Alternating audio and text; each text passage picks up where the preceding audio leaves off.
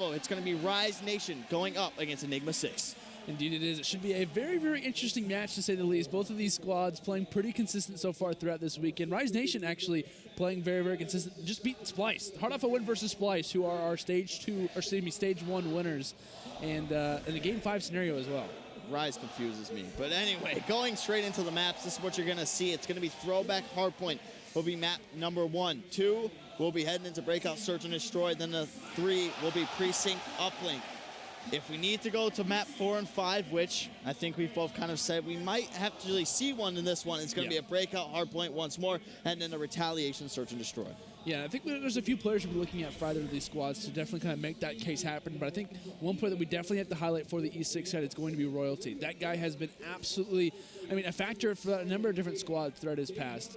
Royalty has been a major factor for teams like ALG toward the beginning of Infinite Warfare. As you can obviously see him here at CWL Anaheim at stats up to this point. Not really playing the greatest when it comes down, of course, to uplink as well as overall KD, but on hardpoint, he has been a major, major factor. And ever since he got picked up back in the day and during AW for Epsilon NA, he has been a guy that's really kind of been on everyone's radar. Yeah, he's a guy who's made a name for himself as well. So he's the new pickup for Enigma6. He's the player who replaced M. Ruiz. So lots of pressure on him. Enigma6 hasn't been super crazy all year. They had a very good start to the year, but ever since then, it's just kind of been jumping around from that, I would say, like top 6 to top 10 conversation. That's where I would place them. Okay. But with Royalty, I definitely feel like adding him instead of M. Ruiz, I feel like it improves him quite a bit. Yeah, I think there was a little bit of an issue with them at times throughout a number of different issues. I think they ended up trying to drop him a little bit prior to stage 1 as well, actually trying to get Mox, I believe, at the time as well. So, a number of different times they've tried to kind of release him from the team, and I think the squad's now kind of ready to go. I think they finally got a missing piece of the roster who I think complements them very well. Royalty is a very fast-paced player. For those who have watched him in the last few titles for Call of Duty, very fast-paced player, likes to get in your face, and also is very hungry to win, which I think is a good addition to this E6 team. Yeah, so like you brought up, Rise Nation right now here at CWL Anaheim 2017, very, very hot. It's a team who can look really, really good, or they come to the next event and just look absolutely awful. This is one of those events where they are looking good, so let's see if Enigma6 can shut them down. We're starting this one off with the Slayer from the side of Rise Nation. That is going to be Aqua. He's positioning himself up here on top bridge side, but just like that, it's going to be a clean sweep in the kill feed from Enigma6 players. A nice start there from the side of E6. When we talk about actually matchups coming into this one, we talked about Rise Nation actually beating Splice 3-2. Rise Nation also beat Cloud9 prior to that one in a Game 5 scenario as well. So Rise Nation got to 2 straight Game 5s, so if you are the side of E6, you want to close this one out pretty quick. And also E6 end up dropping also to Splice in a 2-3 fashion, losing that one in Game 5, and also beat C9 3-0. So both these teams have had experiences with Game 5s, and it seems that Rise Nation is actually 2-0 in those, and E6 is yet to win one. So we'll see obviously how that does play out. But if you are the side of E6, you want to make sure and close this one out before that map 5 pops up. A nice little setup there from Enigma6 to start off this one here at the Train Hill. But now the early rotations are going to be coming in, and they favor Enigma6. But one player is going to be there to try to possess that. It's going to be your Las Vegas MVP, Facento, trying to make something happen. Here, shots are going to be tagged up onto Cade, and he is going to be able to clean up the kill. Now you're going to see 4 Rise Nation arrows start to flood in towards this barn area. Facento is the first player in, tries to get the pre-fire shot around on Royalty, but he's not going to be able to finish that off. Now we're on board with Proto, trying to continue his streak, but does get shut down, and just like that, Rise Nation breaks through, breaks the hill, and now they have full control. And this is such an important hill to hold as well. For those who aren't really familiar with Throwback, this is kind of considered the money hill when it comes down to Throwback. So you got to be making sure that you're holding things down and obviously making sure you make that time incredibly valuable to your squad. And it looks like Felony just ended out on a 7 spree, so definitely doing a lot for a squad, and the reason why they currently have possession of that barn hill for right now. And something even bigger too, he is fully streaked out for these next 2 hills where they're completely, actually I should say 3 hills where they're going to be completely out in the open as well. So that's just something to keep an eye on as this game does progress. When does Felony decide to use these ones? So we'll just keep an eye on that. But Proto is going to be the player picking up the rest of the scrap time. First player there for Rise Nation at the next hill on bridge is going to be Looney. One player spotted right around the corner. He's going to be able to peek out and take out General. That is another player from Enigma6 who, if they need to have a lot of success, you're going to have high numbers coming from General. Oh, for sure. And I think the kind of expected players over time for the side of E6 is, you're going to most likely see consistent play from General. That's got to be a given in some cases. Because if not, E6 is going to have some problems. At the past 2 tournaments, Perto has looked absolutely incredible when it comes down to the objective, as well as just getting slang done when it comes down to respawns, as well as search and destroy. And then plus you have a guy like Royalty, who we already talked about, incredibly important, very influential to a lot of E6's wins. But one guy that we don't talk about a lot is Cade. And Cade's going to be doing a lot of the dirty work for this team. Quite often likes to rock an MV4 alongside of General and can kind of get that slang done. The one thing that worries me about E6 is probably Cade's performance, because I think if they can all be slang at a consistent rate, that's when they see success. But the question for me is can Cade kind of keep alongside of those guys? Can he play consistently alongside the other 3? And right now he seems to be doing that. Aqua's going to find himself with some gunfights in hand. He's going to be able to find one, and Looney comes in there for the support as well. So excellent hold coming from Rise Nation thus far. But look at the 2-2 split. Now the players who are on that blue side starting to push through the underpass, sending one through bowling. Their kills are going to be traded. Now they just need to worry about the player coming through underpass. That is going to be General. Proto finds himself beside the hill. He's going to be able to take off a Cento. One player position in the back by concessions, and he is going to be taken out as well. But Royalty going to come around on the flank, and he cleans that up. Something to keep in mind, too. You see Royalty just swinging all over the place when he's aiming. This guy plays on the highest sensitivity in the entire Call of Duty community. I think he's sitting at 7.7 for his sensitivity. Jeez, Royalty, my friend. But either way, I think when we kind of talk about this E6 lineup as well, I mean, the number of different factors, the kind of interesting things to kind of talk about them about. It was actually at Vegas whenever they had that incredible performance that they did, starting off and I think 3-0, 9-0ing their entire pool, when they had an amazing start even versus Optic Gaming as well, was that this team doesn't really get affected by much. They're kind of similar to an E United roster where it's like they could be down 2-0 in a series and easily bring it back. They just don't get affected by stuff like that. It's almost like they have a different identity than a lot of the other Call of Duty teams do. So whenever you're watching E6, it doesn't really matter how much they're down. They could lose a hardpoint 250-0, and I fully expect them to come out in the search and destroy and play just as good as they would if they even won the hardpoint. So this is definitely something to kind of keep in mind. E6 is just not like other Call of Duty teams. They definitely aren't, and neither are Rise Nation at times as well. I mean, we saw how hard going through stage 1 was, where they missed that qualification for the playoffs. I think I saw Looney sitting in the same spot for 10 minutes, how sad he was. So now they're trying to make a statement like Optic Gaming in the playoffs, so trying to bounce back from that after a poor placing or not even making the playoffs. And Rise Nation is bouncing back in a big way. But the question is this the same Rise Nation team we'll see going into tomorrow and going into Sunday as well? That is one of the biggest factors, because we know this team, like we said, they're either really good or really bad. There's never usually an in-between with these guys as well, but they are looking very good up against Enigma6 right now. 118-80 is the score as we are about to go over to the Money Hill Barn. Once more, it's going to be Felony, the first player inside of the hill. Does have that bombardment still to work with as well. GD does, of course, like I said, you talk about the rotation over toward Barn. A lot of important seconds going down right now, and I'm glad we talked about Rise Nation a little bit too, because I don't want to obviously just focus on E6. Rise Nation, this is a very talented team, right? I mean, guys like Felony, guys like Looney, Aqua as well, Facento, these guys are incredibly talented when it comes down to their individual skill, for sure. Facento, without question, had one of the best performances I've ever seen from anybody at a Call of Duty tournament at Vegas. Of course, like you said, your MVP a little bit earlier there, Dirk. But I mean, Aqua, incredible Slayer himself, always going to see consistent numbers from him. And Felony and Looney, I mean, what more can we say about these guys? Felony has had different moments back in even Black Ops 3 where he was on an absolute tear, and Looney kind of previously coming from a number of different rosters, actually kind of remaining on this team from the guys who actually went over to LG. I mean, he's a very consistent player as well. Only thing that they've had issues with is just some communication errors. And I feel like that's kind of led to them having certain issues during certain game modes. I think if they can nail down the communication and obviously have a lot of success, then that's when they're going to keep, whenever they have that good communication, that's when they're going to have that success. As long as they keep residing on this kind of positive wave, I don't think we see Rise Nation lose many maps.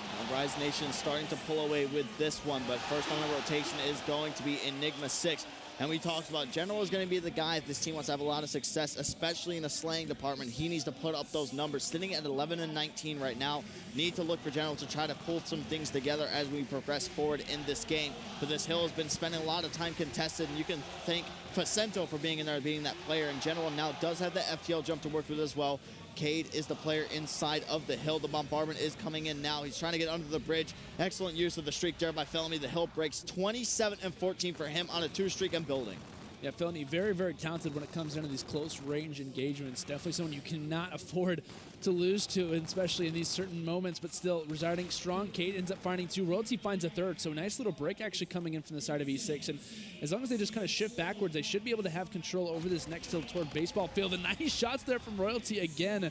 We talk about that high sensitivity. It doesn't really matter. He makes it look effortless there. And you're going to see Cade pushing out towards this left side of bowling. Spots one player over in the middle map, but he completely gave up his position. Now Rise Nation is taking control. Looney finding himself in a good position. Was able to take out Cade as he did push back through a 3-kill streak for him. They know the players up in top blue. Trying to go for the push here. Spots one jumping over the fence. Now Looney's getting cooking things up. 5-kill streak for him. Now they have complete control. Now they just need to slay out from this blue side as well as the left side. The pinch is going to be coming in from Enigma6, but it might be a little too late to try to make something happen here. The Scarab comes into play for Looney. He spots one. Can he pick up the kill? He's not going to be able to. And like we said, Enigma6 gets the break, but only 18 seconds to show for it.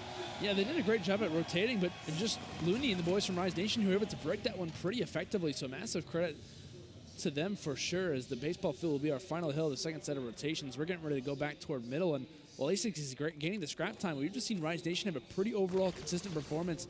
And of course, E6 at this point, they've got to be better than they have been. They're down for a reason. They've got to improve on their gameplay. They can't play the exact same way that they have been. They've got to find a way to kind of bring this one back, and I think that's going to be on the back of actually General playing a little bit better. He's currently sitting at 17 and 25, of course, lowest kills in the lobby rather than just his teammates. But he's not a guy that you're going to see go negative quite a bit. So I think if he can start to maybe turn things around for the next few hard points like he is right now, going on a 3 spree, that's exactly what his team needs to kind of hold down this train lane.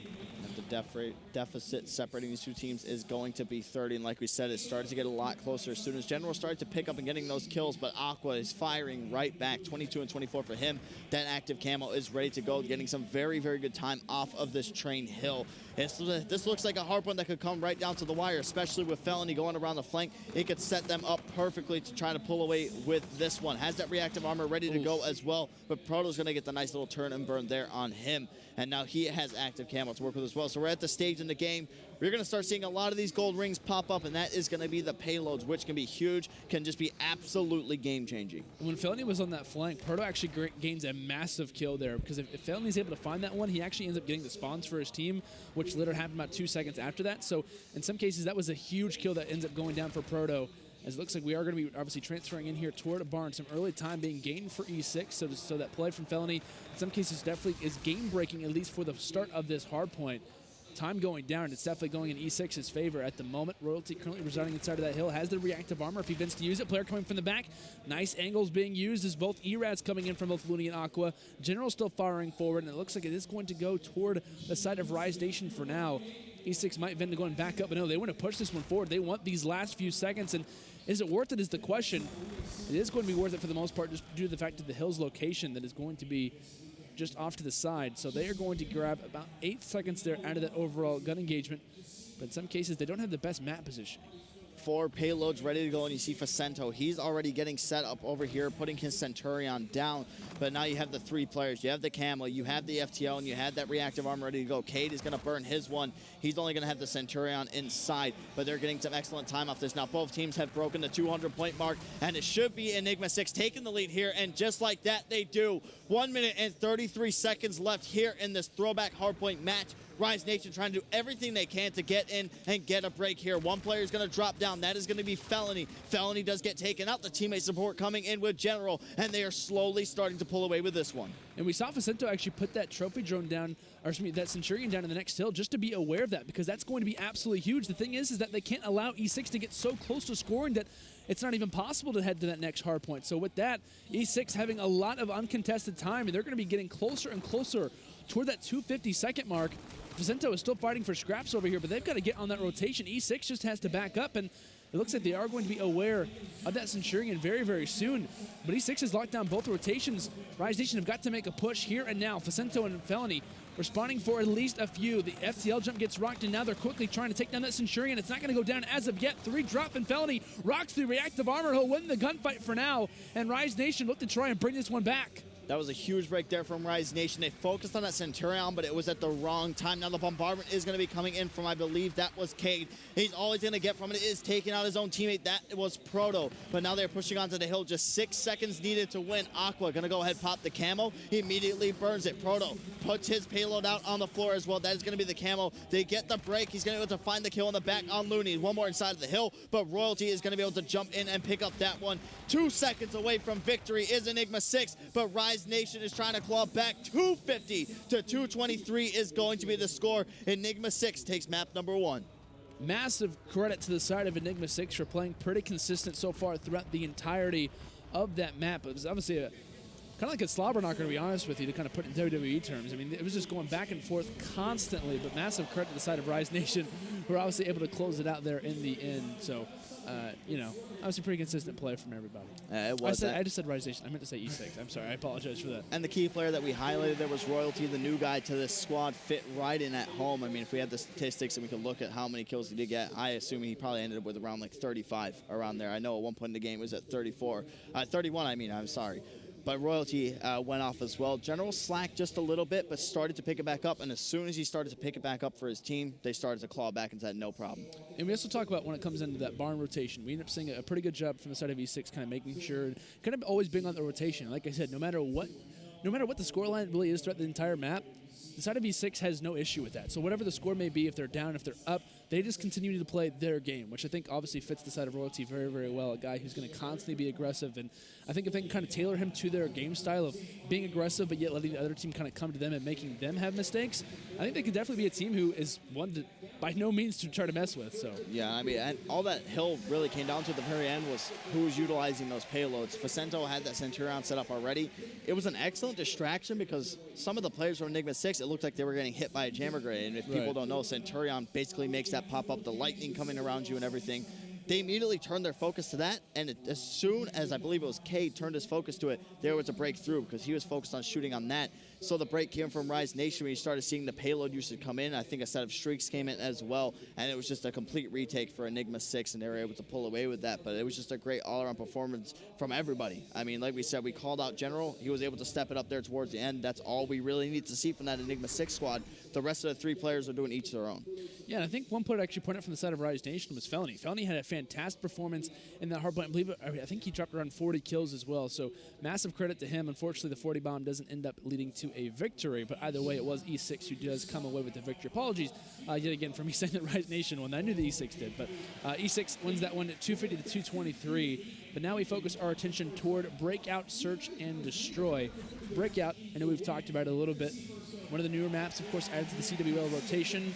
I personally haven't actually had the cast over it yet, so I'm pretty interested to see how this one plays out between both these squads, not just from a casting point of view, but just from a point of view that this is kind of a newer map, so we could see some interesting stuff come out. What you're going to see a lot of the time is a big thing is that middle map control. It's just sort of with how the lanes are made on this map. If you go middle map, you have so many options to push through to go to B or go towards A as well.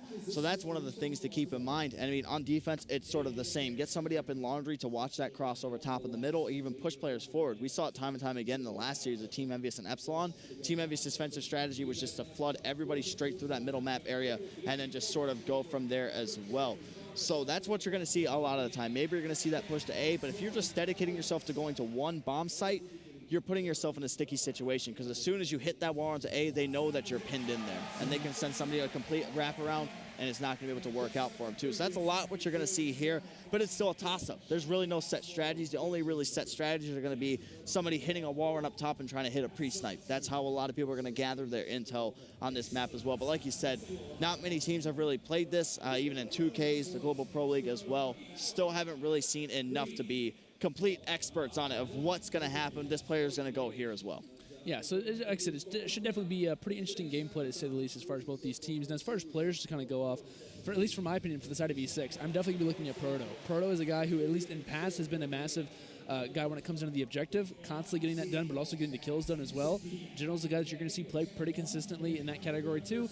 And we know anything about Royalty. Royalty's a very talented search and destroy player, at least in his previous history, not even with just ALG, but even teams in the past. So at least from the side of E6, not that I'm necessarily favoring them over Rise Nation, because we know of the history that Rise Nation has when it comes down to search and destroy, whether it's the combination of Aqua and Facento, or even the combination of Felony joining that team as well. I mean, they've always been known as a very talented search and destroy team. Yeah, one thing that's going to be interesting, when I saw Enigma6 taking on Cloud9, I saw Royalty pull out the Karma, a gun I don't think I've seen anybody in the history of events in Infinite Warfare thus far pull that out. I think I saw Fastball use it once. That makes sense. The guy used the FHR too, so he does. That doesn't surprise me a little bit. But Royalty pulling that out, he likes to toss some curveballs at us as Fastball. Yeah. It's a very.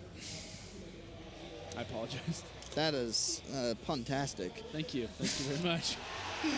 But anyway, like we said, so maybe look for that Karma. It's a very steady gun. Just takes a while to kill them, but has a very big clip as well. Who knows if he's going to be able to bring it out in this Let's check one. and see if he's actually rocking. I'm genuinely curious.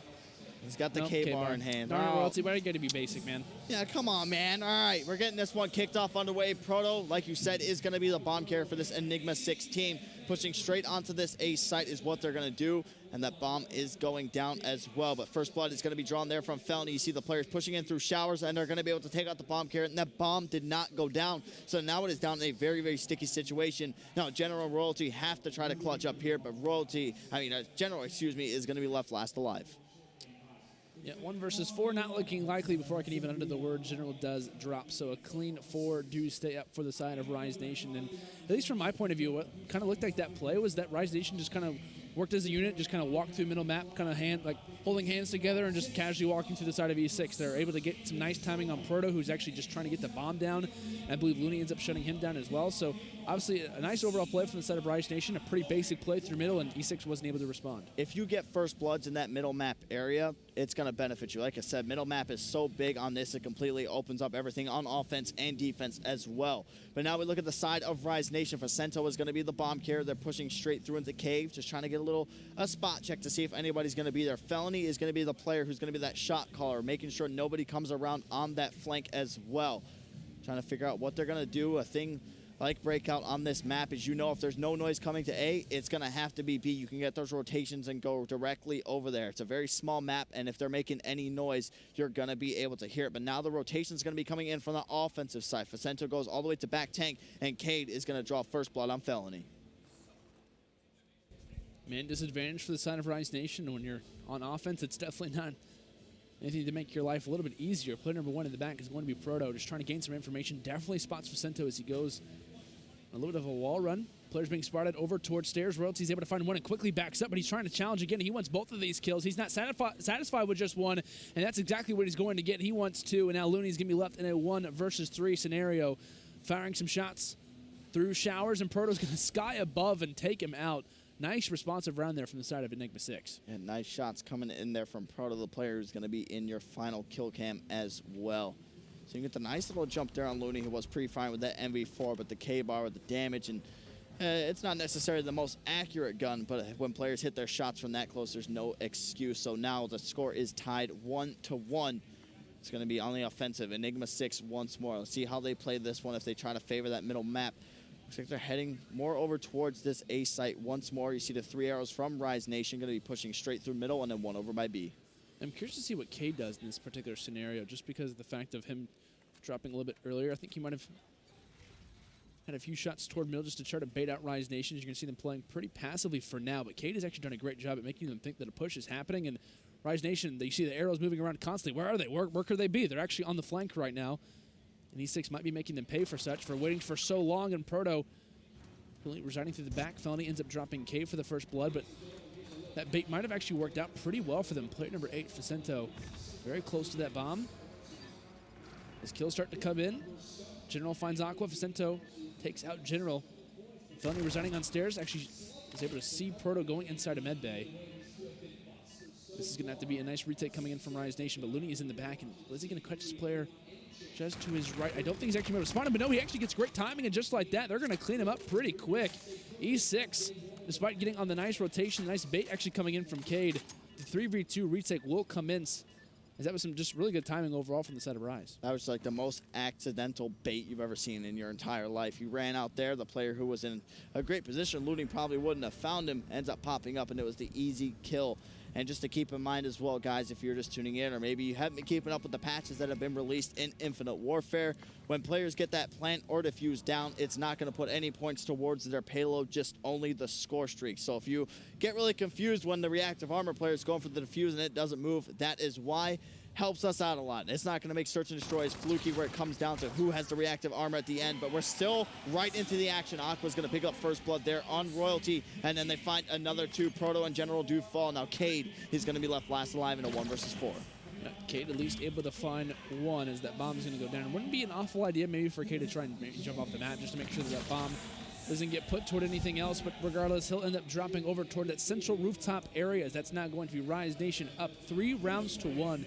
And at least from my point of view, it kind of looks like E6 is kind of caught off guard by some of the angles that Rise Nation's coming at them with. And like I said, maybe E6 just isn't used to Breakout, or maybe they're just not used to the strategy that we're seeing coming in from Rise Nation, kind of focusing quite a bit as a team or as a unit towards certain areas in the map, especially toward middle. So with that, those are definitely a few notes for E6 to kind of be taking as far as the rest of this map and even the rest of this tournament is considered. But we'll see what they can try and produce when it comes down to their next offensive round, making their way here over toward that B site. Ludi kicking an A, decides to go and toss that one back, and early kills starting to go down. This time it's E6, who is at least for its second with a deficit. One coming from behind is going to at least make this pinch potentially happen, and just like that, quick round for Rise Nation. One goes in the flank, and E6 gets caught off guard yet again. See, that's the thing with Rise Nation. They're a team who we, as people who are watching, they don't stream their scrims. They don't really do much. They stay under the radar. They almost make it seem like they're not practicing whatsoever. But these guys are the ones that will go into the private match, and they'll go over strategies. Plus, they have the coach in Pac-Man, too, who probably gives them a general idea of what they should do on this. Like we said, there's really no teams who have been able to come into a map like Breakout Search and Destroy, have been able to just completely just dominate the entire game. But Rise Nation is doing a great job of this thus far. Felony's going to be the bomb carrier. He's pushing straight into loading. Did he spot the player to the left? Slides around the corner. The jammer grenade's going to come in, but that is not going to connect. General draws first blood there off of Cento as well, but Felony and Aqua pick up kills of their own. They do 2 versus, now a 1 versus 3, excuse me, as General's going to be left all by himself, wondering what just happened to his teammates. They look to be in a pretty good spot, and Rise Nation's quick to respond. General Lee spawning one over toward those stairs, but he's going to die actually on those stairs and fall right there. 5 rounds to 1. Rise Nation looking incredibly consistent when it comes into their search and destroy play. Not gonna lie, I was thinking this could be E6's game to win, especially after a solid hardpoint victory, but Rise Nation has definitely kind of outclassed them so far. Yeah, they definitely have, and the scoreline shows 5 to 1. Just 1 round away is Rise Nation from taking this map number 2 and tying the series up 1 to 1. We're going to stay on board with them as this does go forward. See what the defensive strategy is going to be here. 3 players once more flooding straight to mid, and then 1 over by B. Your typical defensive setup. First gunfight is going to go down by loading. It's going to be Cade coming out on top. The Vicento finds a kill of his own. Chills being traded. Looney takes out Proto, and Royalty takes out Looney. Now, General and Royalty taking on Aqua and Vicento. Both players from Rise Nation sitting at 6 and 3. Could have a chance to close this one out here. Bomb, I believe, is going down. General is going to be getting that plant. So now time working against the players from Rise Nation. See, they've been to try and retake this one. General just about 1 on the wall run, finds 1, tries to find the second, but it's not going to be home. And actually, Vicento ends up finding both of those kills. So just like that, the 2-piece will end out this map number 2 as Rise Nation is going to even this series at 1 apiece. And just like that, Vicento ending out with the nice scarab play, the defuse, as well as the most kills in the entire lobby. Massive credit to him for having a great performance and giving his team the edge. And you're going to see Vicento here in your final kill cam. Was a nice little bait coming out there, and then got a little bit of an extra treat on top of it as well as he picked up the nice 2-piece. 6 to 1 is the final score of that search and destroy. Rise Nation taking that one very convincingly. Like I said, man, before the series, it was kind of like these 2 teams to me kind of play, in some cases, a little bit of a similar role. I mean, they're more preferred when it comes into search and destroy. I mean, E6 is definitely a very talented respawn team at times as well, but they both kind of play a similar way, in my opinion. So it's not surprising to me that we're at 1-1, especially where we're at now. Question to me is, I think this uplink is going to be very, very important for the entire series, just because of this isn't really a preferred game mode for either of these teams. I mean, E6 has looked good on this in the past. Rise Nation even back in Black Ops 3. Under a number of different players, this is actually a good game mode for them too. So I don't know. This uplink to me is definitely going to play very, very important just for the overall landscape of this series. But to me, I'm not really surprised where we're at right now. All right, guys, we're going to toss it to a quick commercial break. But when we do come back, we're going to have Precinct uplink with Rise Nation taking on Enigma6. Don't go anywhere.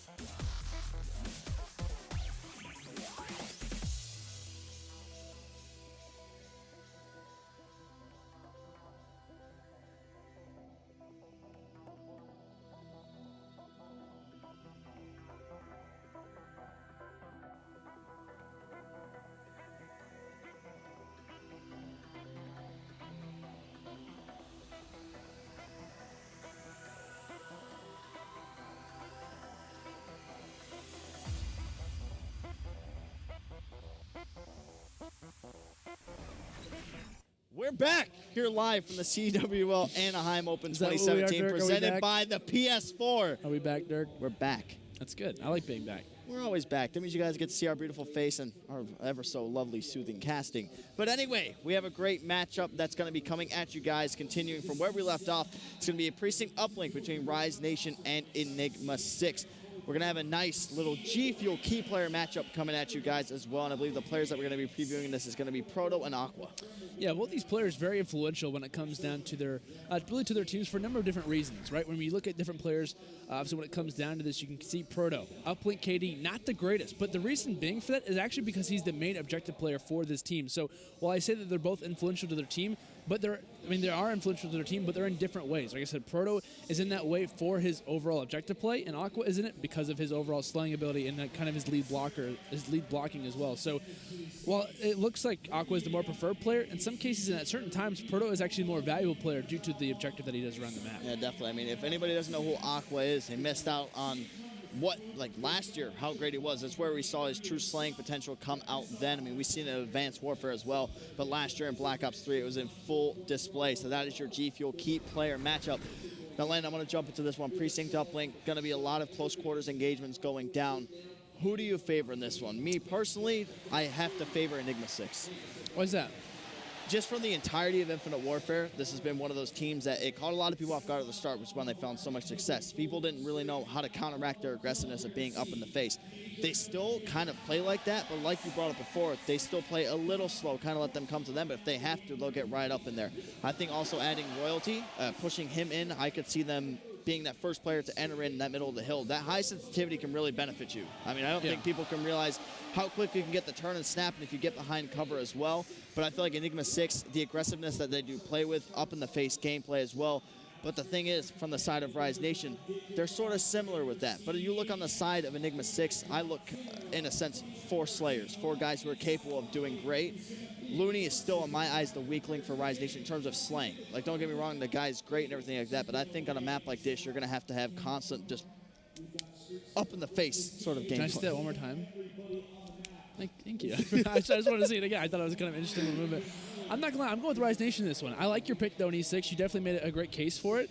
But at least in my opinion, as far as Rise Nation, I think the communication, the overall, I just saw you do that. I think the overall communication, as far as the chemistry for Rise Nation as well, is very, very good. And the issue to me with E6 at the moment is just that I feel like they're a little bit too aggressive at times. And while I think that at their best, they actually make teams look silly by how aggressive they can be and then quickly slow it down to make the other teams look silly, I don't know. I feel like Precinct is a little bit of a different beast. And I think when it comes into Rise Nation's overall history, with being good at uplink as well, especially guys like Aqua and Facento, I feel like they're going to feel kind of like quite at home at this. So regardless, we'll have to see how this does play out. We obviously talked about our G Fuel key player matchup in both Aqua as well as Proto. But be keeping in mind, they are for different reasons. So expect Aqua to get a pretty high KD when it comes down to a game mode like this, and Proto to be having quite a few drone scores. Yep, it's going to be Aqua running the MV4 as usual. So map number 3 is underway. Look for Aqua to get control of this statue side, but 3 Enigma6 players are going to be jumping in. He gets hit with the jammer, but he's going to be able to take out Royalty there as well. So early kills going in favor of Enigma6. The drone is going to be thrown out there as well by statue. You see it located there on the map. General is in a position to try to make something happen. Goes ahead, toss it forward up to Ticket, but still one player going to be in that drone rest area, and he will be taken out as well. General just waiting for his teammate, actually Royalty, to try and bait that one out. And it looks like he might try to go for the over the building score. And that is not an easy toss to hit. General making that one look easy within the first 40 seconds. E6 have already got a point on the board. All that Nike gear makes you the LeBron James of Call of Duty Infinite Warfare uplink gameplay. Felony now has control of that drone. He slides down the stairs, trying to bob and weave, trying to get the beat down going. Felony. But is he going to be able to get it? No, General is going to go ahead and smack him with the butt of his gun, and that is going to drop Felony out of that. General now pushing it up with his team, favoring over towards this gas station side, just trying to play for some kills first before they decide to pick up that drone. One more player is going to be left. Now that's a clean sweep from Rise Nation. Now Proto should be blocking this spawn. It should make the player spawn over by Ticket, and it does exactly that. One player going to be positioned directly around the corner. They should go for the 1-point toss here. General looked like he was about to go up, but he was taken out, and an excellent defensive stand and bounce back from Rise Nation. Yeah, it looked like there was a potential play where General could have at least got the 1-point toss off. Actually tries to give that one over to Proto, and it doesn't work out in their favor. So in some cases, a sweat off the brow type of situation. If you are Rise Nation, you just got gifted a nice defensive play, and you can turn that one actually into an offensive one as well. Of course, a lot of attention focused over toward that statue sign. In some cases over in that bend of the map. Drew now going to be in Facinto's hands. Might actually try to go for the wall run, 1-point toss. Player actually just below him, playing pretty sneakily actually, is Royalty, and Proto is going to be there for the stoppage. Tosses that drone off the map, and back-to-back defensive plays. Proto will end that one out with a nice kill on Aqua. Yeah, but it looks like control is going to be going towards Rise Nation, but Enigma6, if they have anything to say about it, they're going to shut that one down. Now Cade is running that drone with his team over towards Ticket. Aqua is going to be there to stop that one. Aqua tries to go for the reset just to delay some time, but ends up tossing it forward for yardage. So look for the drone to possibly just get reset back towards the middle of the map area, and Looney's already trying to get the read on this one. He's going to be positioned inside of here with that K-bar in hand. Sees the drone get tossed forward, spots Cade. He's able to take him out, but now that drone is at Orange Tarp, and it should be General there to try to receive it, but you see the kills just keep going down for Rise Nation. The defensive stops they've been getting are huge, and now they're able to shut it down once more. Indeed they do, and Cade actually ends up getting a team nade there on Proto. Of course, like I said, a lot of attention focused over toward this corner of the map, and Rise Nation just continually trying to hammer this one out. And actually a pass comes into Looney, and he's going to be there for the 2-point play. So nice start there from E6, but quick to respond is Rise Nation, as they're going to get a point or two on the board with a nice play. Sento finding a few toward that middle side of the map, and actually going to go and pick up the drone just for good measure. Player number 8, Cade, is going to be on the flank, but it's not going to be there in time. Potentially another 2-point play, but no. Looney ends up dropping the drone, is dropped down, and it looks like the toss actually might come in there, so nice play from Facento. His teammate falls, but he'll be able to get the rebound from it and actually able to get the toss forward. Yeah, they definitely do. Score is currently sitting at 3-1 as there's 1 minute and 30 seconds left here in this first half of Precinct Uplink. See if Enigma6 is going to be able to get anything going here. General tosses down that drone once more. Spots the player, top Ticket, tags him up. But another defensive stop comes in from the side of Rise Nation. It's just a story every single time Enigma6 gets a push going. It's just a constant stop. You see 3 players drop from Enigma6, and then that's when Rise Nation tries to go on the counterattack. 4 players now going to be down. They should have a clean dunk here. It's going to be Aqua pushing this one in. Aqua tries to extend for the dunk. Actually just going to wait because he obviously realized the overextension probably coming in from E6. That's exactly what they're thinking about doing right now. Player number 7 and player number 5 currently resigning inside of middle. Proto to grab the drone. Actually, Aqua, after just scoring that last play, is actually going to be doing a little bit of damage on the defensive end. He's actually going to get some teammate support there from Facento, and that actually might be an opportunity for Rise Nation to get another scoring opportunity on the board. Drone gets tossed back as Rise Nation having some great overall communication as a roster for right now. Looney, with that drone actually going to be toward back gas, decides to toss that drone off. And for good measure, that definitely could have given E6 an opportunity to make a push happen. 24 seconds left in this first half of Uplink. Question being, can Rise Nation add on some more points, or can E6 actually stop this play from happening? All 4 players up and ready to go. Felony wants the 2-point play, but he might have to settle for the 1. That's exactly what he's not going to get. E6 stops that one from happening, but the drone is still going to be ready and waiting there. Aqua will win the ending engagement, and that's going to be a dunk at the very end of this round number 1. That's going to be 7-1, a 3-possession advantage for the side of Rise Nation. I think the biggest thing to just sort of take away is just Rise Nation defensive stops. They allowed Enigma6 to get a 1-point shot off. But ever since then, it's just been Enigma6 at one point got them 4 down, had them spawning all the way in Ticket, and they're still able to bounce back. It always starts with 3 big entry kills, and that's when it halts the Enigma6 push. And that's just been time and time again, every single time, Rise Nation. Now, how do you correct this fear on Enigma6? You get somebody pushed up into that base. You get your General, you get Proto, you get somebody in there up in the enemy face, and you start slaying out there. Do a little, pad the stats a little bit, get those kills, but that's just going to force the enemy team to spawn out, and that's where you can really start to get things to relay. Now, it's going to be Enigma6 attacking the side, but I mean, Rise Nation, the side that they're attacking right now, it's a side that you can definitely get that spawn trap going a lot easier. For sure, and it looks like off the start of this second half, Rise Nation doing a great job at being pretty aggressive, but E6 is there to respond, as that drone is going to be picked up there from Royalty. Cade trying to do some damage. Royalty as well, thankfully having those lead blockers in the way. He actually uses that shield as cover, but Felony is going to be there for the stop. A nice defensive play as Felony is able to intercept that drone right out of the air, as he's had a great performance when it comes to the defensive plays. But the star from Rise Nation up to this point has actually been our key player matchup. from G Fuel, it's actually Aqua. Aqua playing very, very well, 23 and 10.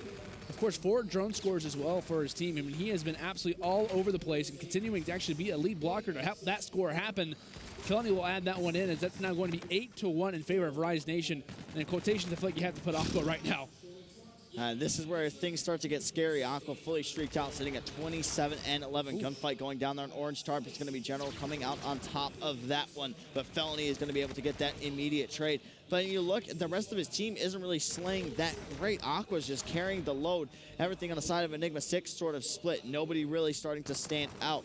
But now you just kind of got to rely on those payloads. But you look at Royalty. He has the reactive armor, how crucial that can be in terms of being that lead blocker and popping that. Not even halfway towards it just yet. General has the FTL, but that's not going to be that good in uplink. But he's able to get a 1-point toss. So now they're down by 6, but still 3 minutes left to play. And Aqua calls in that bombardment and takes out 2. Aqua just trying to disassemble what could have been another potential push from the side of Enigma6 as they're going to toss that drone forward, and Facento is going to be here. Actually can't clean up the kill yet, and Proto is still alive for now. Tossing that drone down, it looks like it's going to be a full 4-man push for E6. One ends up dropping, now making a few actually more. Royalty's left all by himself. He's going to go for the 1-point toss, resorts to that, but no, Facento is going to be there for the stop, not going to allow another 1-point toss from E6 to fly through, as they will still hold on to this 8-2 lead.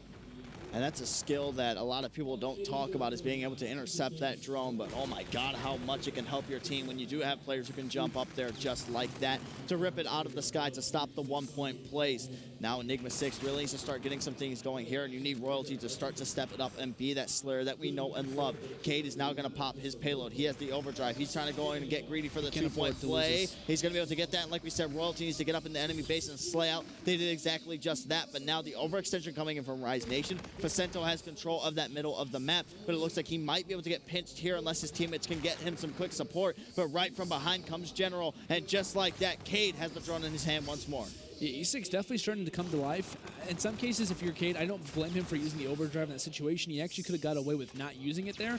It's just those payloads are so valuable. Your overdrive, your active camo players, they are so incredibly valuable, and for that to kind of already be off the map, it's kind of unfortunate. But regardless, I think they'll definitely take the scoring opportunity and kind of solidify that score for sure. So with that, you got to be keeping in mind your overdrive active camo players toward the end of this map. You see both Aqua and Looney with their payloads ready to go.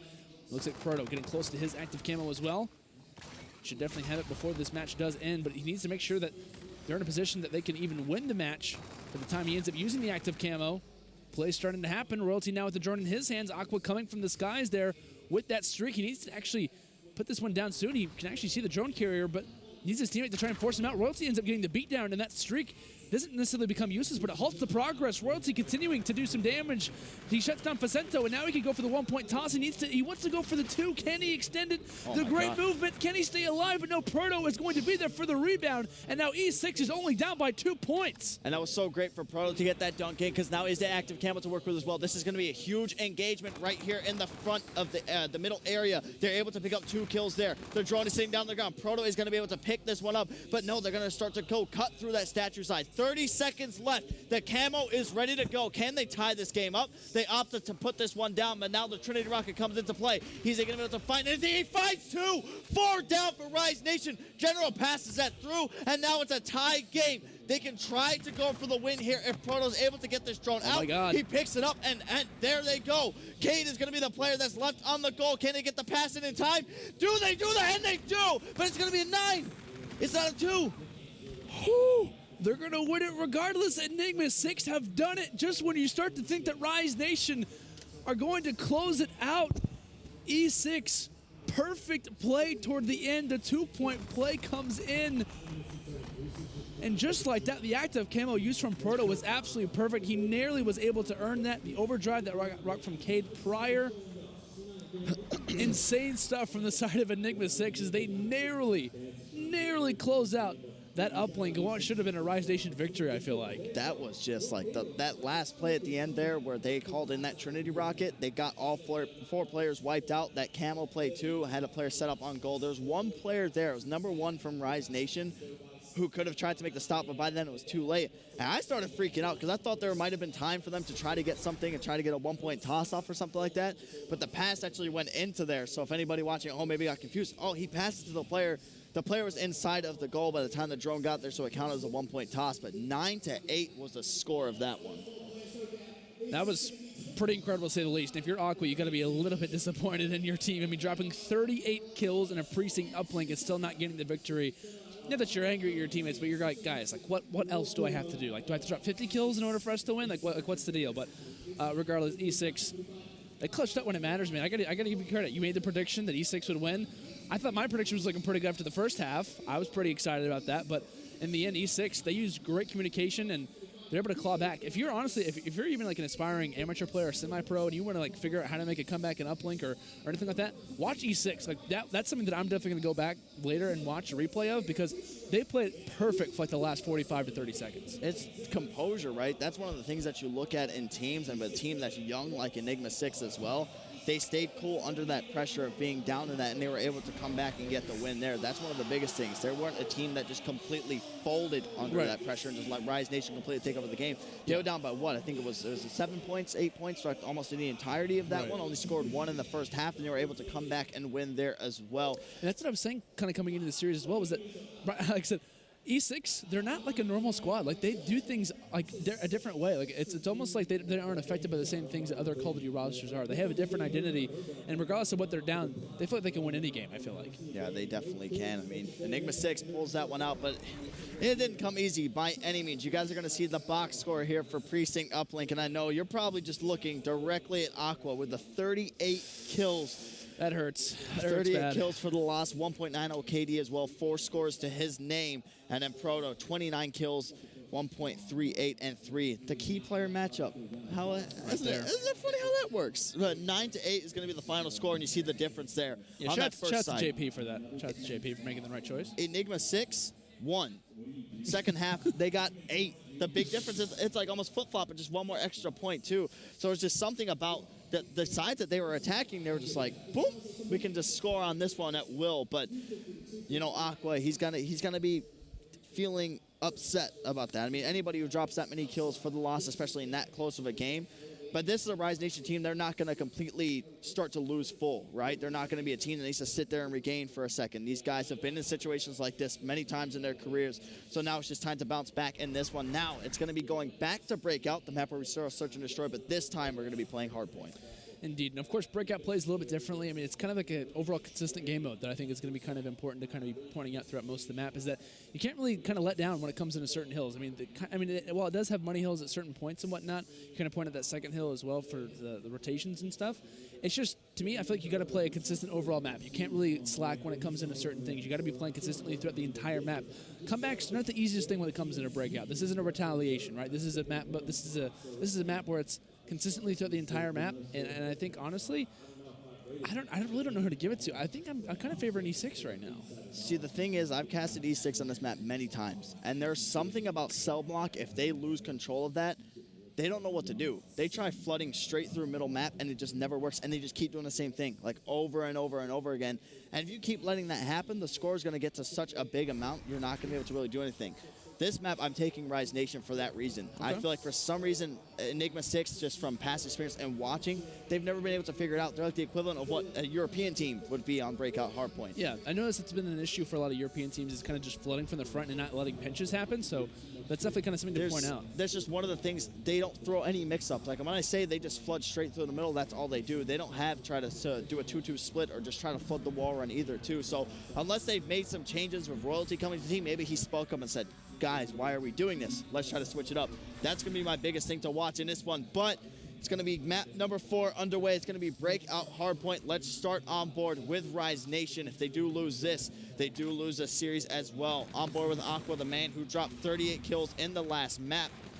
But first 3 entry kills are going to go right into Rise's favor and coming pretty easily.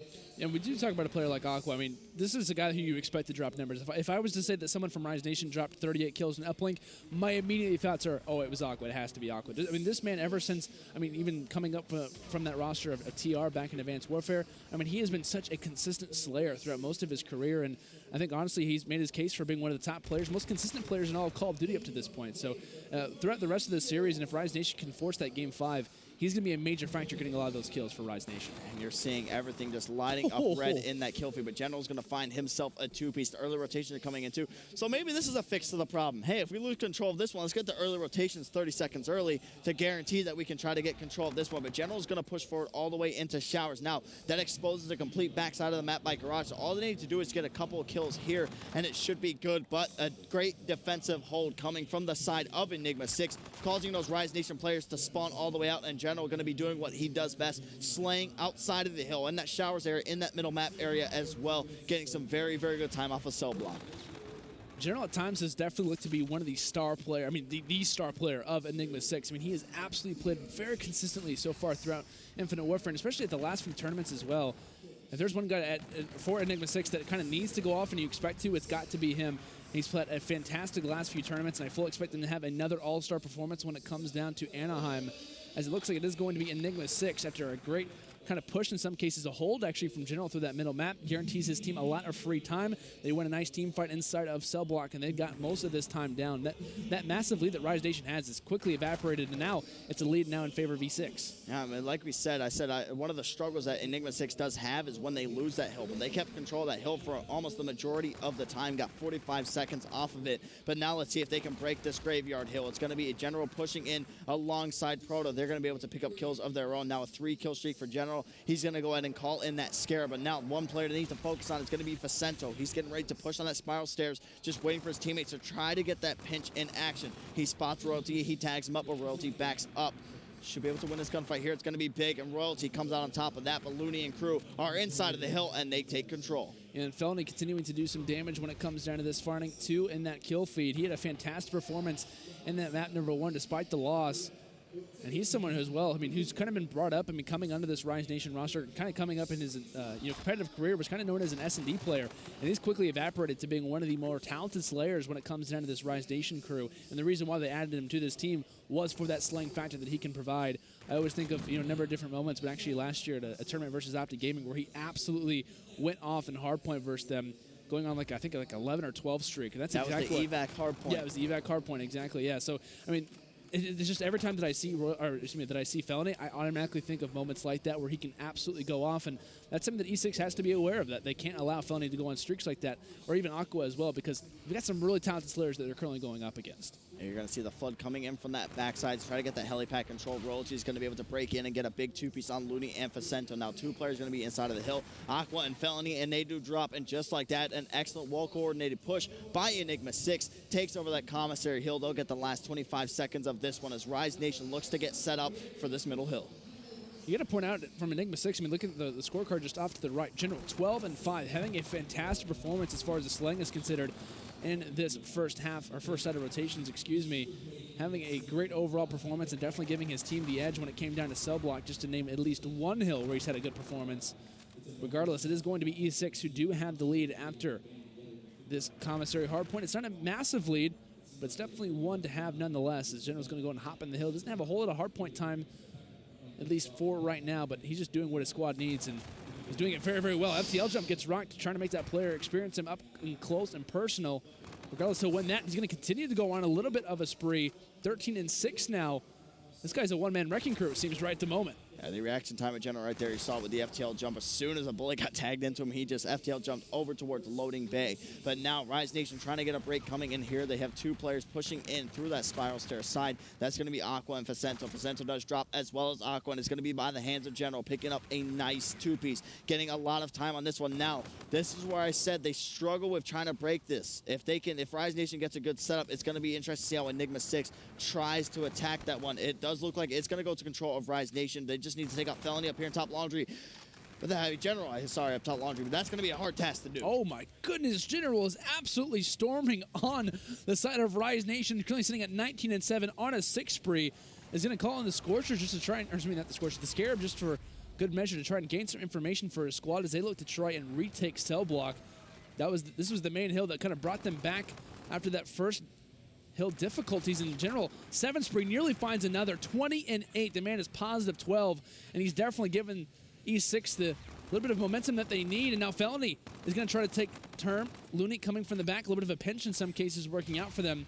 But E6 currently locking down some seconds. It looks like it is going to go to favor of Rise Nation for now, pick up that final kill, but E6 is still knocking at the back. Proto is here. He's trying to get inside of the hard point. Not really going to work out for him too well, it seems. It looks like the final scrap points will go over toward Rise Nation. Looks like General's going to get that last 10 seconds and actually going to get that 1v1 engagement. So as the rotation comes in, it still will be E6 with the lead, but Rise Nation's still hanging in there. Yeah, they definitely are. So we're heading over towards the graveyard here right now. You're going to see the yellow arrows lighting up around that area. That is going to be the Enigma6 players. They are set up and ready to go. It's going to be General and Royalty working together inside the hill. And we just have to highlight still General's performance. This is where he's at his best, getting right up in the enemy face, and that is exactly what he's doing. He does have a Trinity Rocket to work with, so if they do lose control of this hill, they should be able to get it back fairly quickly. But now the players from Rise Nation trying to push up through. It's going to be Aqua leading the charge for the side of Rise Nation. Looney pushing up as well, but they both do drop. This is the Enigma6 that we like to see in terms of the slaying department. And like we said, General is that guy that we missed in that first hardpoint who started off very slow but started to pick it up. But now in this hardpoint early and since the beginning of the game, he has been able to consistently slay. This is what this guy does, man. I mean, I feel like there's a number of different, players that we can kind of bring up who are talented AR and young AR players, and General is without question one of them. I mean, I feel like every time that we've been on board with him throughout this map is that because he's been on a streak. I mean, we obviously saw him go on a 7 spree. I feel like every time that he is up and alive, he's at least taking 2 or 3 people with him. He definitely is. He's going to lose that gunfight coming over toward that commissary hill. Placenta was just inside trying to hit the lower wall arm, but Royalty is going to shut him down. Now he finds himself on a streak of his own as well. 182 to 107 and rising is a score in favor of Enigma6. One more play pushing in towards middle. Now the pinch is going to be coming in. Excellent T-play coming in from the side of Rise Nation. Looney's going to be able to find one. Can he find a second? He is not going to be able to do that, but still they retain control, now forcing Enigma6 to spawn all the way over by cell block. But now you're going to see the Trinity Rockets come into play to force Facento to hit that wall and try to go to showers. 25 seconds left inside a commissary. A lot of valuable time that Rise Nation can't afford to give away. Gunfights getting ready to go down. Rise Nation trying to combine in some ways. They try to force their way onside. A couple wall runs being used. Looney trying to stay up. Facento does as well. The punch comes in the back toward Cade, and it looks like they're going to be awarded about 5 or 6 seconds. So not a whole lot being gained in that particular spot. Royalty just trying to delay that push coming in from commissary as we get ready to rotate back over towards central rooftop. General still firing some shots from afar as he is just absolutely continuing to go off. Royalty now heating up, currently on a 3 spree, sitting at 18 and 15. And he's going to try to get all up close and personal in the face of Rise Nation, trying to delay this push as long as possible. That's not going to last for too much longer. Cade currently residing inside of the hill. E6 not having a whole lot of answers as 3 fall yet again. Rise Nation beginning to experience some issues. Looney, the last player alive in showers as he's quickly foiled. Rise Nation, you've got to get a push here and now. You can't afford to give away any more points. And they can win off this hill as well. They need to try to get into contest. They finally take out the player who was inside, so now they should be able to get the scrap here that last 19 seconds. Players from Enigma6 spawning all the way in that back helipad area, but there's going to be one player inside. That is going to be General being a nuisance inside this next hill, utilizing that outside wall run as well. He's going to be able to find one. That one's going to be a Looney. Can he find a second? He's not going to be able to do that, but Proto is going to be able to find a kill in the middle map to try to get the last second. Now just 10 seconds away from beating Rise Nation in this best of 5. Rise Nation, you're going to need a miracle performance if you want to try and bring this one back. It's not something that we haven't seen ever, but it's not something that we see very, very likely. Rise Nation continuing to hold down some time. General being a nuisance for the back as he'll find 2. 34 and 16. Actually ends up spawning Aqua at an awkward angle there as they're going to break through this hill yet again. Only a few more seconds. See, the time starts to tick down. General continuing to go on a spree as he'll ask for a few more. Cade not going to be there for the stoppage, so Rise Nation at least is able to breathe for a little bit longer. But it's just not looking likely anymore, Dirk. Only 5 more points needed, only 5 more seconds, and they can do this at any point. They can give away all of cell block if they want, and that's exactly what they're going to do. They're actually all going to spawn up over toward that graveyard side, and they are in a perfect spot to actually hold down this hill. Rise Nation, you're going to need a break quick, and you're going to need it fast as Looney has to get in here as soon as possible. Kill's starting to go down. Cade finds 2. As the setup looks to be broken, as it looks like this could be the ending push. Proto rocks the active camera, solidify the kill, and just like that, E6 will close out this series versus Rise Nation, winning the hardpoint 250 to 169, and overall in a 3-1 fashion. That would have been needed a miracle. They had no utility to work with. Nobody was close to the payloads, and they had no streaks ready in that back pocket, ready to fire. So Enigma6 with a convincing win in Breakout hardpoint. credit to you, Landon. This time I give credit where credit's due for making the correct prediction there. I appreciate it. Enigma6 looking very good on Breakout, but in my mind, all it's running through is Enigma6 just better at Breakout now, or is Rise Nation bad? I'm not going to lie. I was just like, I was waiting for General to turn up. Like, the way that General, like, it's hard to explain, like, right? Because it's like there's a few young players in the scene right now who can kind of provide that. To me, I look at guys like Mox, I look at Assault, I also look at, obviously, General. These guys who are younger players, of course, General, making some noise throughout Advanced Warfare. You can obviously give credit to where credit is due for him being as younger as he is and just recently turning 18. But, I mean, when he goes off, man, it's just, I don't know. It's something that other teams just can't produce. It's something that you see in like on the All-Star player that it's hard to describe. But when they go off, it is just so hard to kill them. You see him here, 37 and 19. Of course, doesn't get a whole lot of time in the hardpoint, but he doesn't have to. He has Cade, he has Royalty, he has Proto for that. I mean, whenever he's slaying like that, all the other guys just have to hop in the hill and they let him do what he does. See, when you're watching Enigma6 play, you know when General starts maybe getting a little too overconfident when he starts to push forward. That's when you know he's locked in and he's ready to destroy anything that's in his way. But that's just that. We saw in that first hardpoint, he wasn't playing as aggressive as we usually see him. And this one, we saw like your prime General pushing straight through, getting right in the enemy faces, right? That's what we know General as. But in that first hardpoint, we didn't see that at all. Right. Slowly started to build up in the game, but I think, too, man, I think General kind of realized that, hey, we can't really afford to go into any more Game 5s. Like, Rise Nation, you've already won 2 of those. So I think maybe if Rise Nation was able to close out this game, I think they definitely could have won the series. I definitely was going to be favoring them if it went to a Game 5. So General maybe kind of realizing that, not that I need to turn up, but I kind of have to turn up if we want to walk away with this. Yeah. That's just one of the biggest things with that. It's just General's play is really what it came down to. So you guys are going to see what got us to this point and how Enigma6 won. 250 to 223 was Throwback hardpoint. Just run us through it. Just the general storyline of that game. It really kind of came down to barn control quite a bit. We ended up seeing E6 have quite a bit of time when it came down to that particular hill. I mean, overall did a great job. I think we ended up seeing Royalty put up some big numbers in that, and I think Proto as well doing a great job of the objective. So overall, I think it kind of came down to the money hills, and E6 just did a great job at rotating effectively and even putting down that Centurion down where they needed to. Then Breakout, Search, and Destroy is going to be map number 2. That one's going to be 6-1. We went over that a little bit in terms of how well these players practice this one. We maybe brought up that Enigma6 might have not gone on there, but with Rise Nation having a coach on their team, these guys do a lot of under-the-radar practicing. They've probably been there and got just the general strats, nothing too crazy, but we did see them control that middle map a majority of the time, and that's what led to their success in that one. The Heartbreaker. The thing that made my heart almost burst. The Precinct uplink, 9-8 in favor of Enigma6. That last 40 seconds of the game was absolutely huge. We talked about that scoring differential, 7-1 at the half, 8-1 in that second half for the side of E6, just enough to close it out. We ended up seeing some fantastic performances. Like I said, the last 45 seconds, maybe the last minute of that game, I'm definitely would recommend to go back and watch because it is just absolutely all-star gameplay from that team. I mean, they were just firing on all cylinders. It almost looked impossible for Enigma6 to even come back at one point. The deficit wasn't too large, but it was large enough to where Rise Nation had so many defensive stops constantly coming. But the last 40 seconds of the game, they just flipped a switch. They had the payloads ready to go as well, and that was one of the smartest things about it. Yep. Also, utilizing the pass feature instead of just tossing it up for yards or trying to go for the one-point play as well. The map number 4, the map you guys just saw, was Breakout hardpoint. That one was 250 to 169 to Enigma6. I think also to kind of bring this one up, as E6 actually wins this, I want to say that this also makes the group more interesting because I think Splice has lost to Rise Nation. Rise Nation loses to E6, and E6 lost to Splice.